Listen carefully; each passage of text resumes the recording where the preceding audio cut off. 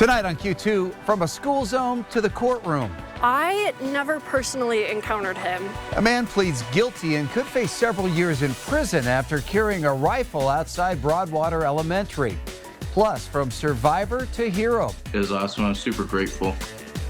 It's been awesome watching Brady do what he did. A Wyoming wrestler who risked his life to save his friend during a Grizzly attack, honored with one of this nation's top medals. And playing from the heart. People say, well, how come you can play country? I said, because I don't know what I'm doing. I don't read a note of music. A super senior still kicking out the country and wowing crowds. The MTN 10 o'clock news starts right now. From Montana's news leader, this is the MTN 10 o'clock news. Well, good evening, everyone. Thanks for joining us on this Monday. I'm Russ Riesinger. A Billings man who conducted armed patrols on the sidewalk across from a public elementary school for several weeks pled guilty today to unlawful possession of a firearm in a school zone. 49-year-old Gabriel Metcalf made news on the first day of school when he was seen outside his house with a 20-gauge shotgun within 1,000 feet of Broadwater Elementary. And it was far from the first time. Tonight, our David J. dives deeper into this complex case. Gabriel Metcalf had the gun across the street on the sidewalk in a gun-free school zone. Some of the neighbors around here say that while they support the Second Amendment, they did have some concerns with him being across the street from Broadwater School. Some neighbors had seen Gabriel Metcalf when he was walking on the sidewalk in the summer. Super happy to hear about it, just to know that, it's taken seriously in this town, because it's just super wrong, I think, to be holding a weapon in front of a school and being super intimidating. I'm glad he can acknowledge that he was wrong and made some mistakes. And I think it's a good step forward to preventing things like this from happening and spreading any further. Metcalf pleaded guilty to unlawful possession of a firearm in a school zone. Neither Metcalf nor his mother, Vivian Young, would comment on the case, but Young said she is in shock and did not do well when he was away in the detention facility. Court documents show that he acknowledged that the firearm had been moved in or otherwise affected by interstate commerce. The only authority Congress has to enforce this is the provision in the U.S. Constitution that gives Congress the power to regulate commerce among the states. Gary Marbett is president of the Montana Shooting Sports Association and has been testifying at the state legislature since 1971.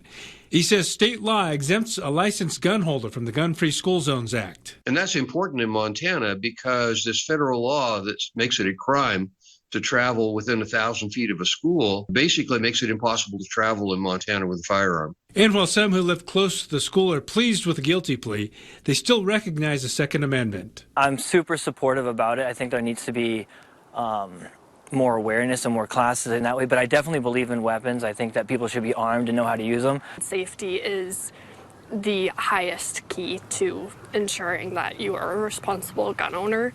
In Billings, David J., MTN News. The Republicans' presumptive presidential nominee, former President Donald Trump, once again spent the morning in a Manhattan courtroom. Trump is accused of falsifying business records to cover up payments to adult film star Stormy Daniels, who claims she had an affair with Trump. Trump's lawyers were seeking to delay that trial, but were unsuccessful with the judge ruling jury selection will begin in 3 weeks on April 15th.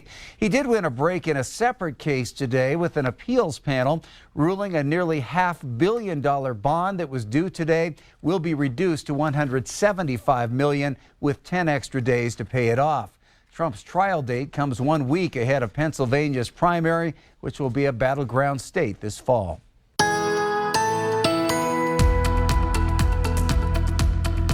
We're moving around the Stockman Bag weather cam trying to find the moon out there after last night when it was very hard to see. Hope that's either the moon or else there's a train headed for the station. 27 right now, or 27 was the high today, 15 for the coldest reading that we saw all day long. Just a little bit of a breeze up to 18 miles an hour, but that was making it feel colder. Nationally, we've got this deep trough of low pressure, thunderstorms on the warm side of this system here as we start looking into the Central Plains. So big contrast in temperatures today between the eastern portion of the country and off towards the west. Across Montana, we were only in the 20s for most of the highs east of the divide. Warmer air in the western part of the state moving this way. Details coming up. It's spring break for many schools across Montana, meaning many people will be taking to the skies or hitting the roads as they head out on vacation. Also means the Billings Airport is a busy place to be. As our Haley Monaco reports tonight, from expansion projects to additional flights, travelers will soon see several changes at the airport beginning in a matter of weeks. Spring break travel is in full swing here at the Billings Logan International Airport, with March being one of their busiest months of the year. Ticketed passengers only. With a parking lot overflowing almost as much as carry-on bags, and growing excitement for passengers to get to their final destinations. Phoenix, Arizona. We're going to do a little golfing and go to Oatman and see the burros and an African safari. It must be spring break travel time at the airport, and it's a busy one. 3 to 5% more passengers this year over last year.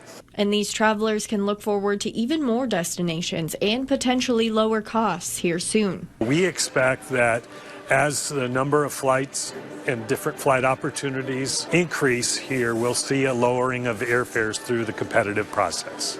Jeff Roach took over as Aviation and Transit Director for the city in January of 2023. He's focused on making air travel more affordable out of Billings, and several changes are coming. On May 16th, Allegiant Air will begin seasonal service to LAX. Alaska Airlines will resume their year-round daily flights to Portland. And for this summer, United will almost double their daily flights to Denver from 3 to 5.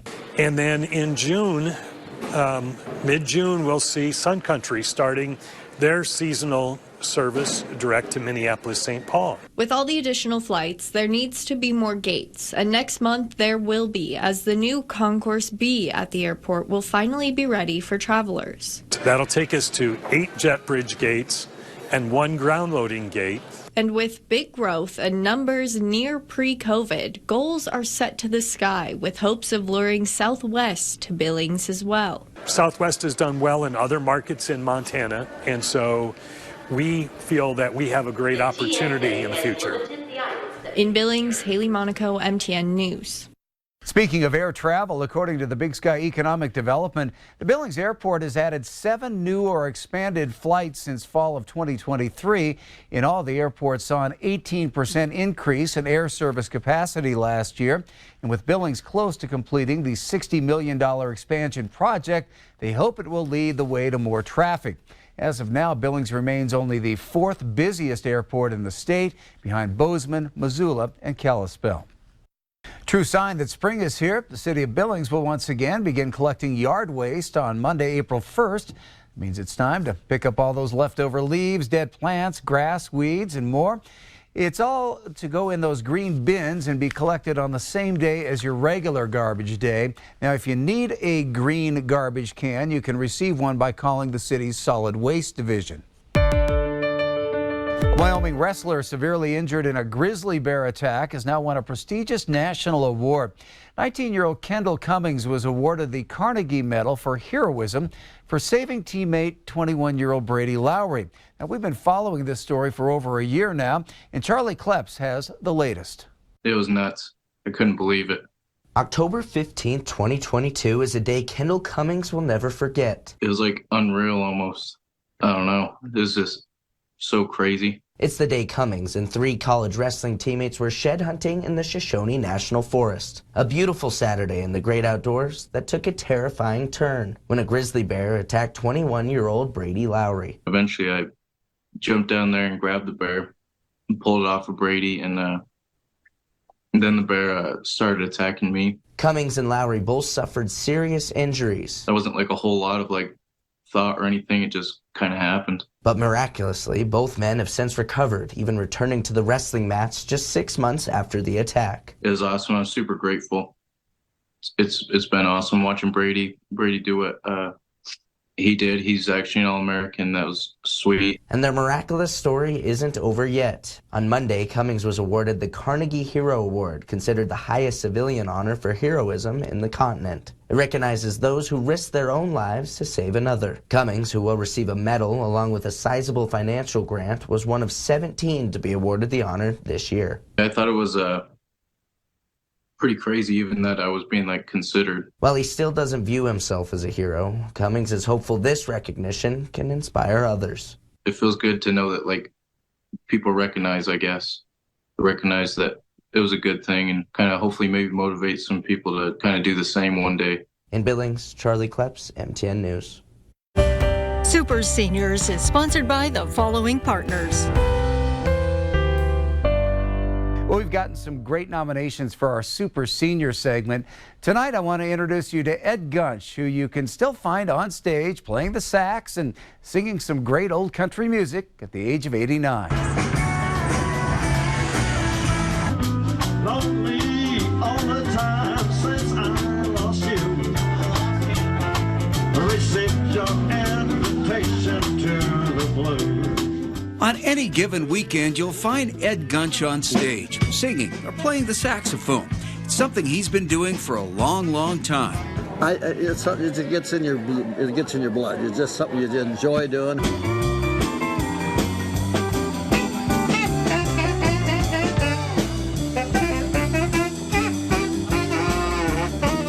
People say, "Well, how come you can play country?" I said, "Because I don't know what I'm doing. I don't read a note of music."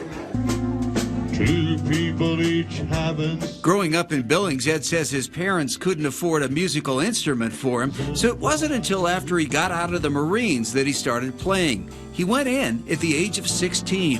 I seen a John Wayne movie. What the heck was that? Sands of Iwo Jima, something like that. And I said, "Well, I want to go in the Marine." I told you you'd need this bad someday.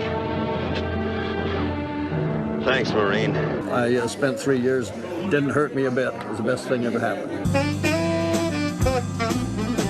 After his stint in the military, he bought a used saxophone and began making enough on the side to help pay for groceries at times. It was just a weekend thing because my regular work was iron. I was an iron worker for 20 years. Now at the age of 89, he is still going strong. There was a gal in here they was asking her friend, "Well, how come he don't run out of air?" And she says, "Because he's full of hot air." But it's just something it's something you enjoy doing.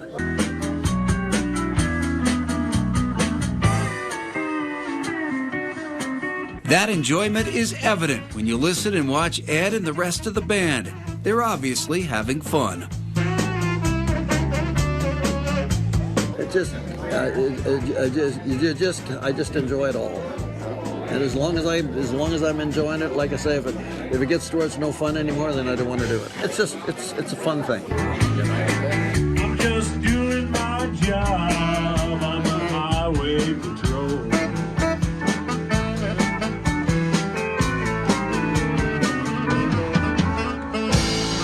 All right, highway patrol, Joseph Sullivan. Little Joe and the Cartwrights, by the way, is the band that Ed was sitting in with. If you know someone who would be good to feature on our Super Senior segment, I'd like to hear from you. You can find the nomination form on our website, ktvq.com. Just look for the Super Seniors tab. It's right there at the top of the page. And still to come on the MTN 10 o'clock news, we'll continue to play the music. A first-of-its-kind record label comes to Sheridan, hoping to find stars in the Cowboy State. Later in sports, the Montana Grizzlies look to keep their season alive at the women's NIT. Highlights on the way in just a bit.